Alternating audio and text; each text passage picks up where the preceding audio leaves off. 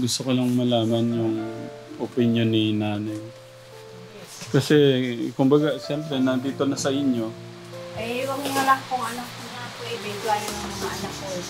Bakit to? Ayaw ng mga anak. O sige po, hindi ko kayo kasama. Ako lang. Bakit? Isa tanongin ako sa kayo, August, mamaya. Oh, sinabi po niya yun sa akin. Bakit po ganun, Kuya August, sinabi mo Oo sa nga. kay Jade? Alam mo, mga anak ko, mahirap na nakakahiya. Hindi po. Hindi mo dapat sinasabi sa kay Jade yun. Ako po, sinabihan ko po siya, Nay. Sinabihan ko siya, sabi ko, wala tayong... Hindi mo dapat sinasabi yung nasasaktan yung mga anak ko kahit ganun sila. Hawakan mo yan. Sinabihan ko siya. Sabi ko, Hindi mo dapat sinabi kay Jade, pati si Jade nag-iintindi. Dito ka kayo. Kahit si Jade hindi nakapag-aral. Kahit hindi na si Jade, iniintindi din niya kami. Ako kasi yung nahiya sa sinabi ni Kuya August. Pero siguro... Pati mga anak ko hindi na rin mapakali. Ang ano ni Kuya August... Hindi niya po dapat sinabi yung sa amin. Hindi niya dapat nasasaktan yung mga anak ko. Paliwanag mo yung side mo kay nanay kasi nasaktan. Kahit ako na medyo hindi ako... Lalo na yung anak kong isa, yung nag-asawa. Talagang nagagalit talaga. Tama na yung nasasabihin ko yun. Kasi sa totoo lang, wala akong pakialam sa inyo, di po ba? Hindi po kayo kamag-anak. Hindi po dapat niyo sinabi. Kahit po kayo may galit kayo sa amin. Hindi namin siya pinabayaan. Siya may gusto, dapat tulungan din niya sa sarili niya. Wala akong galit sa inyo. Hindi lang kami ang Mahal ko kayo, mahal ko sa tatay. Hindi mo dapat sinabi yun dahil may anak ka rin, may asawa ka rin. Kung yung nangyari sa amin, kung mangyari sakali sa'yo, anong mararamdaman mo? Alam kong nasaktan dapat si Jade. tulungan naman niya yung sarili niya, hindi lang lagi kami ang iintindihin siya paano yung mga anak ko, paano maghahanap buhay. Tay, nagsalita na ako sa mga anak mo. Nasaktan na sila. Kaya ang gusto ng mga anak ko, Kuya Ram, ay maganda ng buhay sa inyo. Doon na lang siya. Kaya nga ako hindi na, para nakikita ko kung paano ang discount. Wala namang ginagawa siya din. Hindi, ganito kasi tayo. Kaya masama ang loob ni nanay nga. Nagsabi kasi si Kuya August na nagpapakasaya kayo. Ano sabi mo, Kuya August? Hindi kami nagpapakasaya mga anak ko, naghahanap buhay mga anak ko. Namumuhay kami ng marangal, Kuya August, hindi kami nagnakaw para kainin namin. Hindi mo sinasabi rin nagnanakaw kayo. Oo nga, nandun na nga. Wala ko sinasabing ganun. Kaya nga sabi ni Joan, sa tatay. abay hindi kami nagwawalwal na, hindi kami nag-ano dito. Ilalabas ko lang, ilalagay ko lang. Upo ka tayo, upo ka dito. Wala tayong samaan ng loob na yan, no? Ako nananahimik.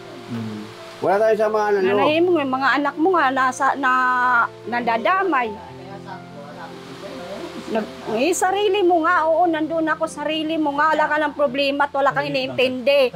Pero mga anak mo, sino nag-intindi lahat? Ba't nung tinalikuran mo sila? Opo. Kuya August, anong kailangan mo sabihin ko nanay? Ba't mo na... Sige, ito muna. Alam ko na mali ako doon sa binatawan ko na yun. O, dalawang beses ka na nag-voice message kay Jade. Talagang masama loob nung huli mong nag-voice message kay Jade. Hala na yung anak mo isa. Alam ko masasaktan siya. Hindi niya dapat sinasabi, hindi niya ikaalam mo anong punot-dulong pinagdaanan namin sa kamay ni tatay. Diba, Hindi kami naghanap buhay ng mga anak ko ng marangal. Wala kami pinperwisyong tao para kami mabuhay. Tama, oo. Naamin ko, namamalimta ko nung araw para sila may mabuhay kami. Kung hindi kami nagnakaw kahit ano. Alam ko sinabi magnanakaw kayo. Sa akin nga, kaya sinabi ko lang sa'yo gano'n. Talagang alam ko masasaktan siya.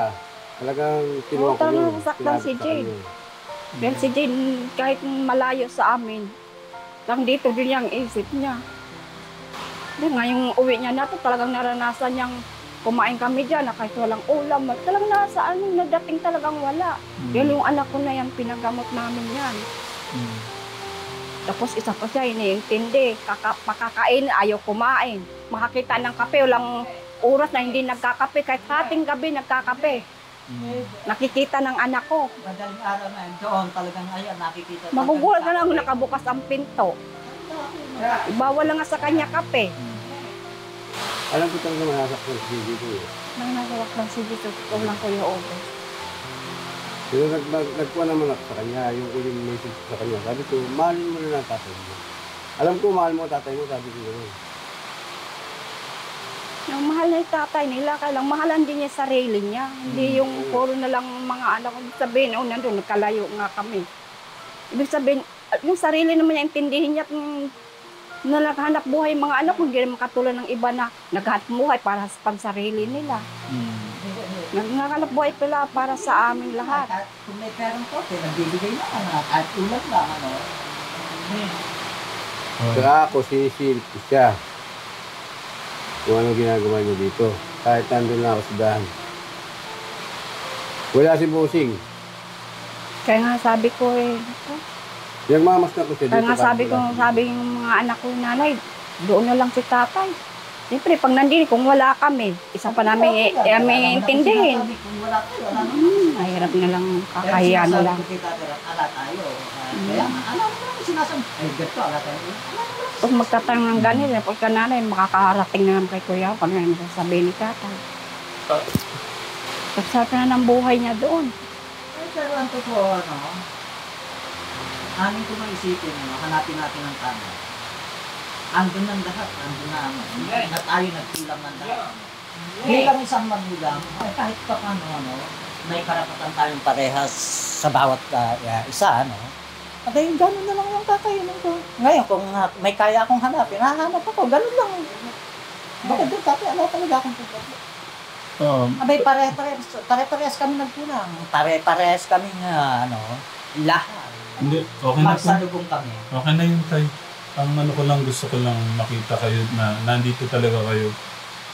Ang ano ko kasi dito, concern ko din dito, tignan mo, yung ano pala, kumbaga, dinadala pala niya nanay yung ano. Nasabi ko, tama na nasasaktan tayo kung ano yung kalagayan ni tatay. Pero, tignan din natin naman yung side din naman.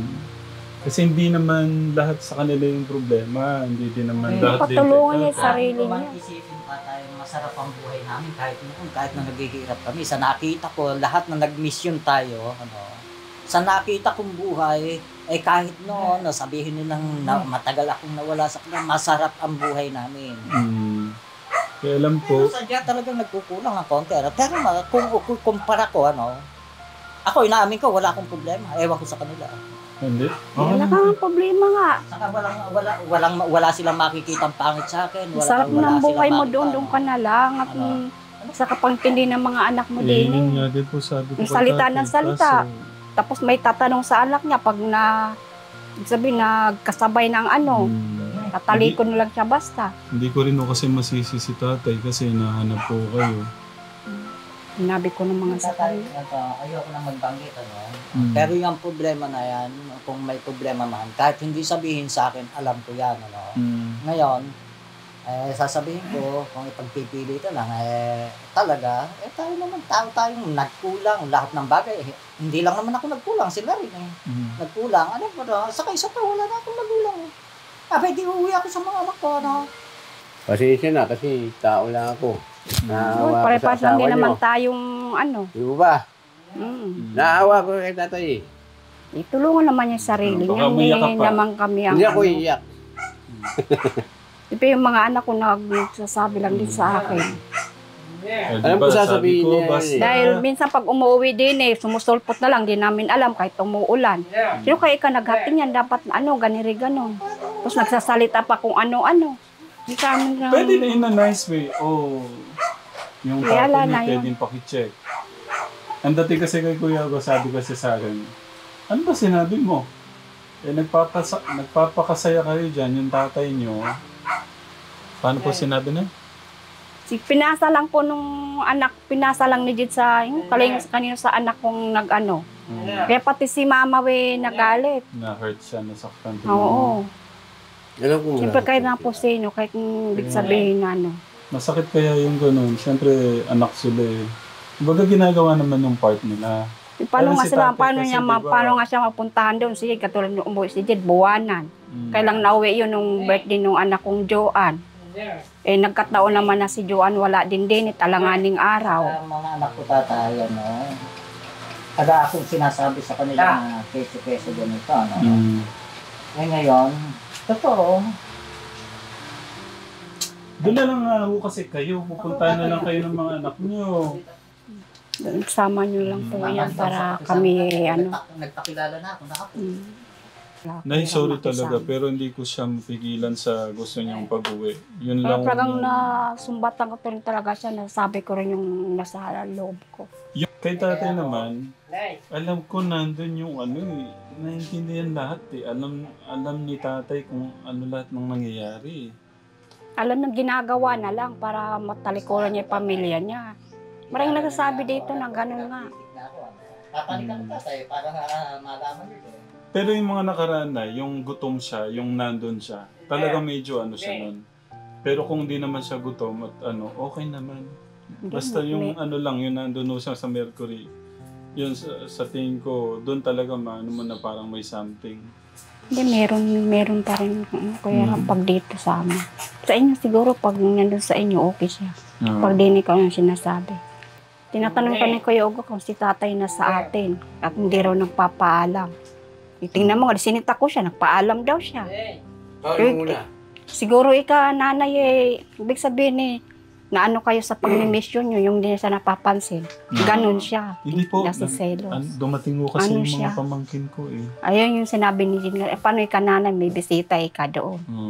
Gusto sa kanya lang ako.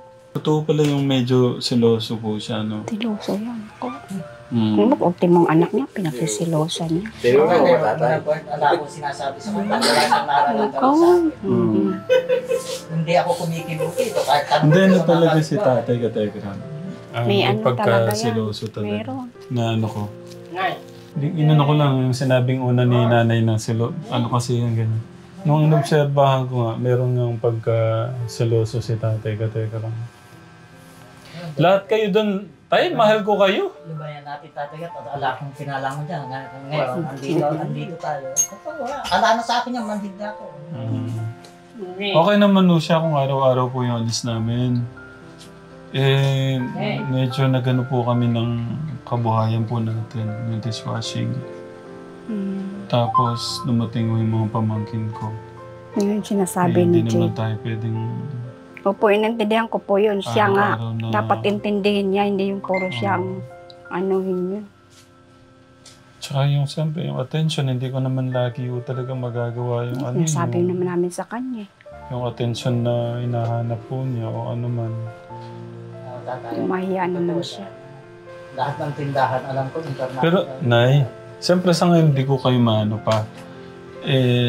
Karamihan no, ng mga nasusolve namin problema sa mga parang kagaya ni tatay, yung nandun yung attention ng pamilya, yung asawa, yung mga anak. Talaga po sa akin, kuya. Kasi wala na po talaga. Naintindihan ko naman sa ngayon talagang mahirap pong ibuhos nyo yung love kasi merong nakaraan eh. May mga ano eh. Hindi na po ano. Ito yung Pero- mga sinasabi. Pero di ba ano po, kasi pagka naman nailabas natin yung ano, kinalimutan natin yung sakit, yung ano, hindi ho ba talaga kayang i-let go nyo yung sakit para Hindi maibuhos nyo naman ulit yung... tuwing makikita ko lang, na ano ko lang talaga. Kumbaga yung pagpapatawad, wala pa talaga, no? Nay. Doon pa rin yung ano. Naintindihan ko naman si nanay. Kumbaga, mag-isa lang kasi si nanay talagang bumuhay sa mga lalo na yung dalawang PWD, no, nanay. Tapos si Gino, maliit pa. Naalala nyo ka, Tekram, naglalaba pa lang si Ate Gino. Diyan, naglalabanan. Sa gilid. Yung puro kape. Opo, ang hinahanap lang po ng katekram natin ba, yung bang, yung bilang isang asawa o yung anak, yung concern ba sa, yung parang gusto ko bang makita sa inyo yung concern mo ba kaya ano. Kaso nga, katekram, nandun nga po yung masalimuot na alaala, yung sakit kay nanay. Kumbaga hindi niya pa maibigay yung pagpapatawad, kaya hindi niya pa talaga kayang para bang ibigay yung pagmamahal ba niya, ganyan, ganito, kumain ka na, ganyan. Kasi nandun pa nga yung sakit. Ganito po gawin nyo. Pasok kayo sa isang kwarto. Ay, Hindi ho yung ganun yung iniisip nyo. Mag-usap po kayo ng heart to heart. O, labas mo lahat ng sama. po. Ilabas mo lahat ng sama mo ng loob. Ilabas mo kayo din. Maglabasan po kayo ng inanakit sa Diba sabi nga po wala na siyang problema. Wala siyang problema, syempre. Wala siyang problema at ano na siya sa pamilya niya. Labas na ano niya. Sinasabi niya lang yun, pero maganda Sinasabi pa rin po niya. yung magsabihan kayo ng mga hinanakit niyo sa puso. Ano po yung mga gusto niyong mangyari, ano po yung ano yung baka na may misinterpret dati o ngayon. Ano yung gusto po niyong... Hindi ko na po nakita nung unang-una ko siya nakitang dating sa wala na. Hindi ko na Wala na nakikita. po. Hindi. Gaya po niya, gusto pong makibalita. Yung halos 2 weeks na po pala niya dito, ano pong ginagawa niya? Na ganyan, susulat. Pag libangan niya kape. Kaya Puro sa- kape na yung... Kaya sa amin, yung 1/4 na sukal maghapon lang. Yun nga po. Maya-maya nagkakape kahit gabi. Kahit kakain ng kape. Kakain mo, ayaw kumain. Kita mo, kumakain kami dyan, siya nagkakape. Nandun sa labas. Yung anak ko na yan, kahit mga ganyan yan. Lalo na ibunso ko, tatay, kain na. Sige, mauna na kayo, nakatanaw sa amin. Ikaw ba niyan, kahit may ano ka sa kanya, hindi mo malulunok na kinakain mo, piniisip mo siya. Siya, ala sa kanya. Kahit magkagulo na kami niya, ala mong ano. Sabi niya lang, nga kako, wala kang problema, talagang inintindi sa buhay mo eh. Hindi pa ganyan-ganyan na lang. Kasi na matatnagap nga niya magtrabaho eh, ganyan nga siya. Kapag nakakita ng tao dyan sa labas, ang katulong hinuhukay yung daan doon. Wala ako dito, pinagagamot ko isa kong lalaki na yun. Dumating sa dyan, sabi parit-parito daw, lakad dito, lakad-lakad. Kinitingnan niya yung mga ano, o yung sinasabi sa mga anak ko. Yung bang nakakita siya ng ibang tao dito sa ano na to, akala siya ang inaanuhan. Yun ang isip niya noon. Inaano ko nga Ganun sa siya. dishwashing, Nay, para magkaroon kami ng extra, pati siya. Sabi ko, hati-hati na lang sa kikitain. Kaya ayaw niyong magawa ng mga dishwashing. Parang hindi niya trip yung ganun po bang ano. Sa nga nakatutok po kami sa ganun kasi nga, yung kailangan po eh. Yes, sa ngayon, Nay, anong... Dapat ano ba? tulungan yung sarili naman niya, hindi yung... Pero, tinry nyo na po, parang tinry nyo na pong ibigay yung pagpapatawad. O hindi nyo pa naisip na patawarin mo siya, gano'n? Yun naman po naano ko na, ito lang ang pag... Yung may sinasabi niyang ano talagang Bumabalik ko. na ano ko lang talaga sa kanya. Mahirap po. Kasi mahirap naman yung pigilan ko siya sa gusto po niya umuwi dito. Hindi ko siya talaga napipigilan. Sabi ko naman pwede siyang umuwi dyan, pero hindi siya pwedeng mamirmi dito. Sabi ko nga siya, mag-alaga na lang ng baboy doon. Tsaka na lang daw po. Gusto Yung niya. pong kulungan niya, gawa na po eh. Yan nung paggawa na, siguro hindi ko rin nung masisi baka yung isip nga po niya dahil hindi kayo okay yung pamilya niya. Parang hindi ko siya ano yung isip. Hindi po walang kapanatagan o kapayapaan sa isip. Kaya Hindi po. magulo. Hindi po siguro. Talagang, tulungan niya yung sarili niya para naman siya man lang. Siya man lang yung magkakaroon ng ano. Kay Ate Jade, sorry Ate Jade, sa ano ni Kuya August. Intindihan mo na lang si Kuya August siguro sa ano ng damdamin niya eh. Siyempre yung pagmamahal kay Papa mo, nasasaktan lang siya pagka yung para bang nakikita namin walang ano yung mga pamilya sa mga magulang ganun. Ngayon po, pag uwi din, matutulog lang. Hinahayang lang, matulog lang maghapon dyan. Ano kaya pwede niyang pagkabalahin siya kung ayaw naman mo niya sumama? Ganyan lang po gagawin yan eh. Ito nga po ngayon, nagme-merpe. Dati bawat minuminuton doon sa Paano labasan kaya? ko ano sinasabi. Dalang ko na lang siyang pwede niyang ibenta na dishwashing liquid. Nay, dito. At least, kung ayaw niyo talagang umuwi, bigyan na lang natin hanap buhay. Nay, Buti po kung gagawin. sige. Kaya namang ginawa kundi magsulat ng magsulat. Tay, magandang balita. Dito po. Napakagandang balita nito, Tay. Tay, ganito. Dito, magandang balita tayo. Gawa, upo po kayo. Eh, di ba yung meron tayong business ngayon, nabuhay, dishwashing liquid. Dadalang ko na lang ko kayong maraming dishwashing liquid dito. Ngayon, maglako po kayo dyan. Mahirap yung tatay. Tay, pwede kayong kumita ng 10 piso o 5 piso. Tatay, masasabi ko dyan, kung meron dyan, kung may bibili, yun. Kung na ba, baka dyan, baka hindi pumayag dahil kasi nagtitinda rin ng mga sabon dyan. Tay, ang lawak nito, ang daming tao dito, makabenta lang kayo ng ilang botes. Mga ilang bahay itong dito, kuya. Marami ho dito. Marami, di ba? Oo. Kahit konti lang muna tatay dyan sa tindahan. 100 sa kada 2 linggo. Na mayroon kang 20, sabihin na natin pinakamababa. Sabihin na lang natin 5 piso. Pero 10, bibigay ko lang naman sa inyo ng 25 eh. Pwede niyong benta ng 35. Pero benta niya dito 50. 40.